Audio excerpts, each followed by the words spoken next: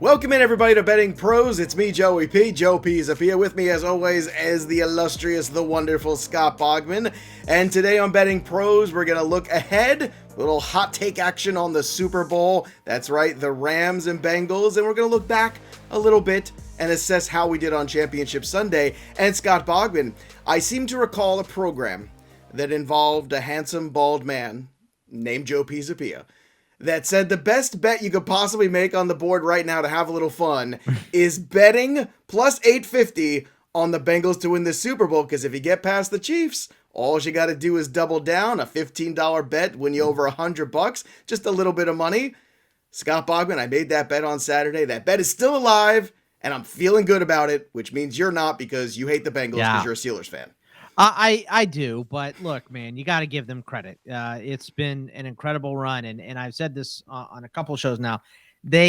Every win is impressive in the playoffs. Doesn't matter, but the one thing they haven't done is win impressively, right? Like win going away, and that's a scary thought going into the Super Bowl. That this team, they beat the number one seed on the road.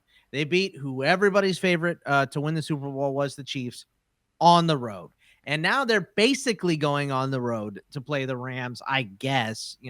Rams didn't even have home field advantage in the NFC Championship game in their home field. But, this is pretty much another road game for the Bengals, and they have been absolutely living up to it. And all the magic that I thought that Kansas City had was actually with Cincinnati. It's like after that, like right before halftime, whatever switch had been turned on in that Pittsburgh game for Kansas City switched off. Yeah, the switch when Eli Apple actually did something useful and made a tackle, which is, I'll tell you what, that play call, that was the moment there where, to me, you only have a few seconds left. You take a quick shot in the end zone. You don't run a play that could possibly, work you to the outside and take a couple minutes, no matter how talented Tyreek Hill is. I thought that was a very strange play call. Even Andy Reid in the presser after said, yeah, that's on me. Not a great play call there. I understand confidence in your guys, but, the discipline to take points there is very smart. Timeout too, because I think he forgot, like in the middle, and this is because of the referee crew, partially because of the terrible spot on the first drive. Remember, they went for a fourth down, looked like they said that they didn't get it from the spot. They had to end up challenging, but they still took the timeout because they couldn't decide if they wanted to challenge or not. So it was a whole mess, so I think that was a big part of that drive, but I also don't think it mattered. I think they ran out of time on the play anyway. So either way is a bad play, dumb play call. Like, just take your points. Right. You take or your run a points play that's a quick, they're the kings of the shovel pass, right? I even told my daughter when we were watching the game, I said, watch for this little shovel pass thing. That thing where you can't hold the ball. The underhand. He's thrown that underhand at a million times. Yeah. I'm like, watch for that. That's what they love. Why didn't they run here. one of the 4 million plays they ran against Pittsburgh on the goal line with the offensive lineman? Something like the offensive lineman catches the ball, or Tyreek Hill throws it to, or Kelsey throws it to Tyreek Hill, or Blake Bell runs it. Understand, like, do anything but what you did. It was a bad play call. You're absolutely right about that. Well, we'll get deeper into that Kansas City loss, what that means for them going forward into next year, maybe from a wagering perspective too. We'll get into the Rams and 49ers. Also, of course, we're going to do that. But before we do, I want to let everybody know we've got something fun going on over at bettingpros.com, and that's bettingpros.com/squares. That's right. Everybody loves a good Super Bowl square, whether you're doing it with your family, your colleagues at work, your friends in your league. It doesn't matter. Maybe it's all of the above. I'm telling you, Betting Pros Squares is where you want to be. So go to bettingpros.com/squares and you can run that. And the cool thing is that basically these are free online boards. You could set them up. You could share them with your friends and family. And the squares are automatically updated and then assigned every time that scoring happens. So you know exactly who the winners are, who the leaders are as things are going on. So you can all follow along. This is a really cool thing we put together. So check it out at bettingpros.com/squares. And you can get involved too and set up a whole big group. We should do one here as a company together. I feel like we should all do that together. That'd be fun. Yeah. But I kind of love the live update feature of that box. I think that's super cool, right? Yeah, that's great. I mean, not having to look at the sheet and go, I think is this it's a 4, yeah. and then you carry the 1. Yeah, it's something like It that. just But tells you who's won. So yeah, or winning. basically. I like that live update thing. I like feeling where your things are going well, only to be ripped out from underneath you. But let's Right. talk about the Bengals and Chiefs some more, since we already kind of started that. My favorite prop on the board, I remember on Sunday on the TV show when we were doing some extra props there. One was Joe Burrow, 8.5 rushing yards. And I went, have we not watched him at LSU? Do we not think that he's going to at least get free once or twice and run for 10 yards? And sure enough, he went over on that number, 25 rushing yards. So that was a I lock. think he got it on his first run too. I think he got like 12 on I his think he first did. It was run. at least 10. Well, You're Welsh right. called that out on our Bet This League show too. That was a great one. That was a gimme. That was the easiest rushing bet on the board for this game, especially because the rest of it was a little unknown there. Joe Mixon had 88 yards in this game, so he went over his. Joe Burrow had 250 passing yards, 2 touchdowns, and a pick. Look, T. Higgins was the big one, though. 103 yards receiving for him. Jamar Chase only 54. I say only, but he had the touchdown. P. Ryan had a touchdown as well in this game. And I think you're right from the Bengals' perspective here. Let's break this one down. I keep joking around calling them the team of destiny. But at a certain point, especially from a wagering standpoint, when you have that kicker, I always feel like kicking in these close playoff games matters so much that if you feel confident in the kicker, whenever you're getting a plus on the other side and a team you think can stay in it, it would have been smart to bet the Bengals on that money side and the +7, I believe it was last week, right? Even if you thought the Chiefs were going to win the game, because you got to figure they've got enough to keep it tight. They've got enough in the field goal range too with McPherson to put some points on the board. So it's not surprising to me that they won, and it's not shocking that it was a tight game. What did you think of the collapse, though, on the other side? And I use the word collapse because they were rolling in the first half of this game over the Giant Bengals. collapse. It's a perfect word for it. I mean, they were up 21-3 at one point in this game, and they scored touchdowns on their first 3 drives. And we've all seen the memes of Patrick Mahomes without the first 15 scripted Andy Reid plays, and it's whoever, some crappy quarterback. It doesn't matter. I've seen 150 of them. I saw him, put him as a guy working at McDonald's too, without Andy Reid, which is all ridiculous. Like look, if you don't respect Patrick Mahomes' ability, you ain't paying attention, man. The guy is unbelievably talented. He made some throws in that game you can't even explain or teach how to make. I mean, he's just problem amazing. was they didn't make any halftime adjustments. No. They just didn't, and Mahomes. That's always been an Andy Reid problem, going back to the Philadelphia days. Second half adjustments, never been his strong suit. That and clock management have always been his undoing in the end. Right. Like we said, they look great on those first 3 drives, touchdowns on all of them, amazing plays on all of them. And you saw Mahomes scramble around and make something happen on a bunch of those plays. Well, in the second half, they just said, all right, we'll spy him. And, he can run around all he wants, and maybe he'll get some complete passes, but he's going to feel it. And they bullied him. They knocked him around a bunch, and he kept doing it. And I was screaming at the television like I was watching an old Ben Roethlisberger, like, get rid of the football. Get rid of the football. You're going to take this enormous hit. Well, and I want to give credit to the defense of the Bengals, too, who really did make adjustments and step it up. I think they played better than the offense. That's the whole thing. It's like after those everyone first keeps 3 talking drives, about, they didn't allow anything. It was awesome. No, it was, and as much as people saying, well, Mahomes have got to make decisions, all this stuff, there was nothing there. He kept running around to keep things alive and look for someone to break free, and no one could. And I want to give the secondary a ton of credit. I want to give the spy work of the linebackers a ton of credit too. Like, they did a tremendous job in that second half of containing everything going. I mean, it's hard to contain Tyreek Hill and Travis Kelce and Mecole Hardman, the speed that's on that field. But credit to the Bengals D, man. They really did, despite some of their deficiencies. And of course, when you hit the overtime and you have that first missed interception, you go, oh my God, there it was. That was the moment, and you lost it. Only to then on the next play have it happen again and have Von Bell, who is a guy on the IDP show on the Fantasy Pro side. You and I have talked about Jesse Bates and Von Bell. Jesse Bates caused that. He did cause that. And all I kept thinking was, man, oh man, how many discussions did we have all season long, me and Boggs, about those two guys specifically in the up and down play? But when it was good, it was so good. Von Bell had a great 2020, and everyone was like, I don't know if he's going to do this again. So they ranked him low, and I was like, what's going to change with him, right? That was kind of my thought process. He had a great year again, too. And,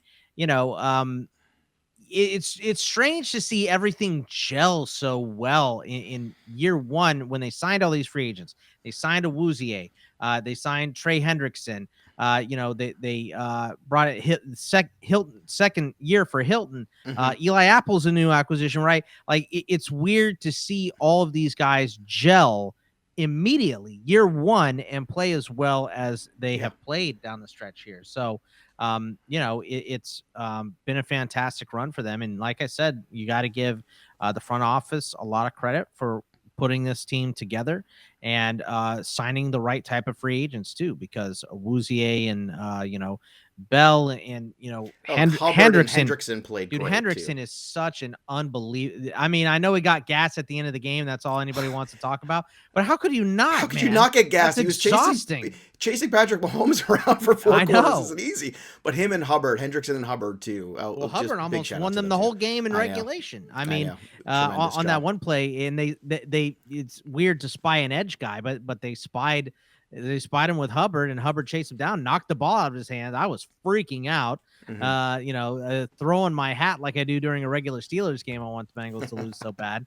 And, and then they got the ball in overtime, Joe. I know. And the whole crowd thought it was over. Everybody thought it was over. And they couldn't do anything again. The defense was unbelievable.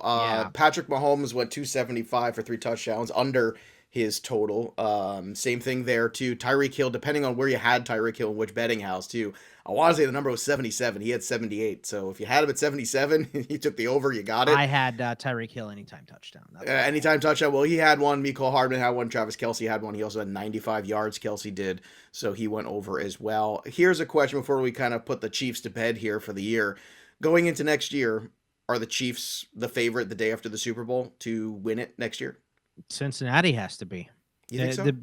Depending on who they bring back. I mean, why wouldn't they be? Their defense. Well, but he's Patrick Mahomes, and I feel like, they got to the AFC Championship game, and I love Joe Burrow. Look, you know me. I've been a Joe Burrow fan for quite some time. The swagger, the cigar smoking, he's just got the confidence level, and I feel like the Chiefs are still going to be the first bet on the board. Day after the Super Bowl's over, they'll be the number one. They'll probably have the better odds. It just depends. If Cincinnati goes in and dominates the Rams, and it's not even close, I think Cincinnati will be one slightly, but those two will be 1-2 for sure, 100%. But gonna get a lot. Buffalo's gonna be up there as well. See, I would think Buffalo's the second one. It's funny you said that. I would have put them. I would have put Chiefs, Buffalo, Bengals, and then the Bengals. Still, even if they won, I still don't think they're gonna get the respect they deserve. Bengals will be 2. They'll be 2. Can't wait to see those lines come out. I can almost guarantee that. Like the Bills are great, and they had a fantastic year and everything, but Cincinnati made it all the way through. So I think they'll be number 2, especially if they win. All right. We had talked about the 49ers and Rams being an under, and it was. So we got that right too. We had a good week. Let me tell you, last week we were spot on with a lot of things there too, and the approach and everything there. We were good on the props. But 20-17, the Rams over the 49ers, and Stafford showed up when it counted finally. 337 yards passing for him, 2 touchdowns, 1 pick. Cam Akers, contributed again. You got a little bit more Sony Michel in this game, 10 carries, but only for 16 yards. But again, Cooper Kupp, the number was 99. We said over. It was 142. 2 touchdowns. Odell Beckham, 113 yards for him as well. 9 receptions. I'm going to ask this question, and it's a loaded question, but here we go. Is Odell Beckham the difference in the Rams here down the stretch? Is Odell Beckham in that acquisition the most important thing that the Rams did here in terms of building this team? I think Von Miller is more important than Odell Beckham. Fair. But look, Odell Beckham is absolutely making an impact. That might have been his best game as a pro. In the he's had a tremendous playoffs here. Let's be honest. Great. He's still a good wideout, right? And apparently, obviously, Baker is a huge problem in Cleveland. Mm-hmm. He had the corpse of Eli Manning and Daniel Jones in New York. I mean, it just wasn't good there. So, I never really doubted the talent level was there. I just, honestly, I wasn't sure how passionate about football he was. That was kind of my question. But he was outstanding in this game. And, Odell was a huge acquisition, but I think it was necessary because Robert Woods had gone down. If Robert Woods had been playing, I still like him better than OBJ. So fair. he wasn't having a great year, but obviously he was hurt for most of the year too. But the defense Yeah, so that strong. was my next thing Obviously, there too. Was the Aaron defense really Donald. stepped up? I don't. Maybe Aaron Donald had 1 sack. I know he had 3 He QB had no pressures. sacks in this game, Okay, actually. yeah, He but was he was awarded no in. sacks, but his presence was felt. I guess that's a He's better way to eaten put it. up 2 blockers on Yeah. every play, at least 2 blockers on every play. He's eaten up 2 on every play, and still, I mean, he got he deflected the pass that ended the game. So, Aaron Donald, obviously a huge difference maker. Cooper Kupp, just electric. And you've already seen the memes of Eli Apple's out there getting torched, by My Kansas God. City. Just don't Wait come until he on. gets Cooper Kupp. It's gonna be very interesting as far as You that goes. cannot let Eli Apple handle him alone. You cannot It's do got to you be, yeah. you let Odell Beckham be Super Bowl MVP if you have to. Right. I don't care. Right. You cannot let Eli Apple handle him alone. That is going to be the matchup to watch. Basically, every time you turn around, whoever Eli Apple was on is who Patrick Mahomes threw the ball to in the first half. And then eventually Right. they figured that out, and it was like, okay, we got to tighten this up a little bit and figure out, get him some help. And they did. And when they got him some help, it worked out. We were wrong about Jimmy Garoppolo's number, though. He went over his passing total, 232. So he ended up with 2 touchdowns. He Deebo was Samuel. throwing some dimes in the first half, man. I mean, first half was good. Yeah, he was throwing some good ones. Obviously, it was clear it wasn't 100%. He even said so after the game. Like, No. well, now that it's over, I can tell you guys it hurt every single time I played. Every single throw I had, all that stuff, because he had the shoulder and I the think thumb that goes and a all that long stuff. way. He really was banged up. I think he showed a lot of guts. He Right. still has deficiencies. Don't let his deficiencies fall by the wayside completely. But I think he showed you a lot of heart and guts and leadership here. And I think it's weird. I'm in a show here. I'm giving credit to Odell Beckham and I'm giving credit to Jimmy Garoppolo. Obviously, I've lost my mind. But I think that's going to serve him well in free agency. It was a wise move. He's going to have surgery, Absolutely. I think, tomorrow is what he's actually going in for. So good on Jimmy G, Box. Well, I think he's not a free agent. He's still on the Giants, the Niners roster. So he'll get traded. Yeah, he'll get traded. Like, you trade 3 first-round picks for Trey Lance, you got to give him the keys to the car at some point. Right. And I think it'll be, if they won the Super Bowl, then okay, maybe keep Jimmy G for another year, but nah, they're going to go to Trey It ain't Lance. happening. They got to at least see what this offense looks like with Lance. A real type of game breaking difference maker. I think Trey Lance can be, if he can be accurate with the football. So that's going to be a big thing for the Niners moving forward. But yeah, look, Deebo is unbelievable. Mm-hmm. That defense was awesome. I mean, Nick Bosa is just everywhere. Eric Armstead had a fantastic year. Fred Warner, who we thought was hurt a couple weeks ago, looked fantastic in this game again. 7 tackles in this game. Yeah, I mean, tackles, the whole game for the Niners, you hate to say it, but it came down to that Tart drop. Tart catches that ball, and I think the Niners win that game and go to the Super Bowl. I'll say this, when you have the ball with 2 minutes left, I can't tell you, I was sitting there with the kids. It was my dad's birthday, so we're all sitting around, right? So I wasn't really like in-game live betting. But if I was sitting around by myself, as soon as I saw 1:58 left in that game and Jimmy Garoppolo having to go, 60 yards in order to do anything, to me, that's a lock. Like, the game's over. I don't have faith that he can make that drive. And I think that's the thing with Jimmy G is I had zero confidence. Like I said, if I had been out there and just not sitting with the family, I was on my phone actually like paying attention and maybe making some wagers or doing some in-game betting, I would have gone right to the Rams right then and there. Like that, whatever it was, I just had zero faith that he could make that move. And I don't know if Trey Lance can do that, but I want to see. I want to see if Trey Lance can do that. Maybe Trey Lance can escape and run for 15 yards and break the back of a defense and change a little of the momentum in a moment like that. I don't think Jimmy G's got that skill set. And he needed a year at least a year, I think, to adjust. I don't know if he's going to be ready this year. There could be some growing pains for Trey Lance in year one of starting, which I think everyone should expect if you're, a rational person. But, I think that the offense overall will be better with Trey Lance than it was with Jimmy G. I mean, we saw, it was kind of like going from Alex Smith to Colin Kaepernick. When Colin Kaepernick was on his game, the offense looked way better. And I think that's, it's pretty much the same scenario that we have here. Yeah. All right.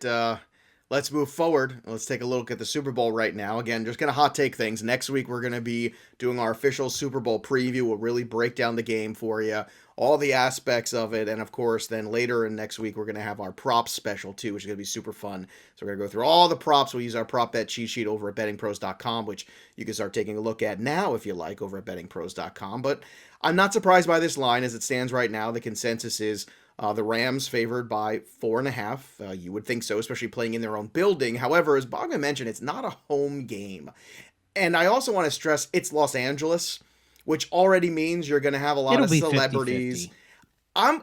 I think it's going to be more like a 30-30 40 mix, where you're getting 40% don't care. 40% don't care. They're people who work for the league. They're people who are, because that's where a lot of league offices corporations. Right, corporations, celebrities, right? People, the elites who can afford it in Los Angeles, because it's Los Angeles. They said the lowest price right now is $6,000 for it. Yeah, it's crazy. And then on the flip side, then I think you'll get the Cincinnati Bengals fans are going to show up. This is a big deal for them. They're going to show up. They're excited. The Houday Nation is stoked. 4.5 seems like the right number to me, Box. If I was going to set this line, I would have set it at 4.5. What did you think about it when you came out? Yeah, I don't like that hook. I think it probably should have been the Rams by 3. I think the extra 1.5, what you're getting here is a lot of these Rams players, Rams were in the Super Bowl 4 years ago. They have, and Sean McVay, they all have experience and know what is about to happen. They know the circus, they know, media day. They've gone through this before. Obviously, Stafford hasn't, which is a huge part of it. But not a lot of players in Cincinnati have Super Bowl experience, right? So they're going to go through it for the first time. So I think I would have said the Rams by 3 because you have the more experienced quarterback and they're playing at home and all that stuff. I think the extra point in the hook are because they have experience in the Super Bowl. Let me ask you this. Do you think it's going to shrink between now and next time we talk? Because I think it might. So if you I think when it gets down to it, it'll be 3.5 or 3. Me too. So right now, and it's funny because if you look right now on bettingpros.com, it's 51% of the money's on Cincinnati.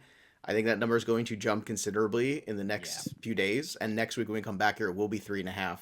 Still Los Angeles favored, obviously. But I think if you like even Cincinnati being competitive in this game, this is the time to jump on Cincinnati. Early betting right now on Cincinnati is wise.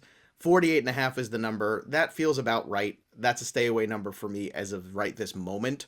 And then, of course, Cincinnati to win outright is plus 165 on the money line. And then we have the Rams minus 200, which feels about right, too. You're getting 55% of the money on the Rams. And the Rams are favorites, as they should be. More experienced quarterback, all those things. But my goodness, Bogman, the storyline is definitely the team of destiny versus the team that I've said it here on this show. I've said it on Fantasy Pro shows, the Betting Pro shows, all the pro shows. That the most talented football team, top to bottom roster wise, is the Los Angeles Rams. It was a matter of, I said this in week 1, it's a matter of can they all get that talent together and execute. And they came out flat for a lot of games, came out flat for first halves. They came out, didn't make adjustments in second halves. They're definitely playing their best football now. So this is going to be, I think, a very entertaining Super Bowl, even though it doesn't have necessarily the marquee. Oh, there's no Mahomes in it. There's no Brady in it. None of this. And you're not going to get any Brady Super Bowls, it looks like, ever again. The Super Bowl is a marquee. It doesn't matter who's in it. It's a marquee. Yeah. You get there. You've earned it. And, that's just the way it is. So these are the two current best teams in the NFL. I don't think there's any arguing that. So, they won when they had to, and they're there. So as much as I hate to say it, it does feel like I can't tell. Does it feel like destiny for Joe Burrow because he's had all the success already as a young man? Or does it feel like, look, Stafford spent, he did his time in Detroit and it's time to go get him one. You've seen all those memes about Eminem playing the halftime show and Matt Stafford is as close as Detroit's ever been to the Super Bowl, blah, blah, blah, all that stuff. So I don't know. It doesn't feel like destiny versus dynasty to me. It feels like, it feels like it's going to be a really good game. And I hope, look, this playoffs has been incredible. After the wild card round, the divisional and conference championships were both outstanding. So let's keep it going with another close Super Bowl. That's going to be fun to watch. best postseason ever. And if you want to get involved and start betting, I highly recommend using BetMGM. And for new users, you can bet $10 on any event and you win $150 in free bets regardless of the outcome. Since it's any event, obviously, we're talking about, we got Super Bowl going up. We got a lot of other NBA things going on. So obviously, it doesn't necessarily mean just the Super Bowl here. We're talking any event you can imagine. Baseball, hopefully at some point, will play again. But what you want to do is go to BetMGM. And again, if you're a new user, use that promo code JUICE150. And the offer is available in New York, New Jersey, Colorado, West Virginia, Tennessee, Pennsylvania, Michigan, Virginia, Iowa, D.C., Arizona. I feel like I'm in everywhere, man. I feel like that Johnny Cash song. Wyoming. Is this all the Route 66 it might be. Here? It might be. But again, Juice150, that is the promo code over at BetMGM, and just make a $10 deposit and go ahead and make your $10 wager, and you can win $150 in free bets. So Bogman and I, again, will be back next week. Before we do, I encourage everybody, before we start breaking down the Super Bowl, set up your squares, boys and girls. BettingPros.com/squares. That's the place to do it. You set it up for free. You send the link to your friends, your colleagues, your frenemies, I don't know, ex-boyfriends, girlfriends, whatever you want to do. BettingPros.com/squares. Get the live updates during the game too, and then you can see the winners at the end there. It's a great way. Everybody loves the squares, and this is a fun digital way to do it over at BettingPros.com/squares. So go check that out today. In the meantime, we're going to go do some more homework, all the matchups, all the things. We'll come back refreshed next week with our strong takes. These were just the warm takes. We'll have the hot ones ready to go on Monday next week. And of course, we're going to break down all the prop bets and everything in between for you. No matter what it could be. Coin toss. Heads or tails? Bogman, go. Tails. Tails never fails. There you go. Heads for me. So already the debate's begun. So make sure you're subscribing to Betting Pros. And don't forget, too, we're over on YouTube. So make sure you subscribe to Betting Pros over on the YouTube side at youtube.com/bettingpros. You can watch our beautiful faces as we talk about wagering. That'll do it for us, but the story of the game goes on. For Scott Bogman, I'm Joey P. We'll see you next time, kids.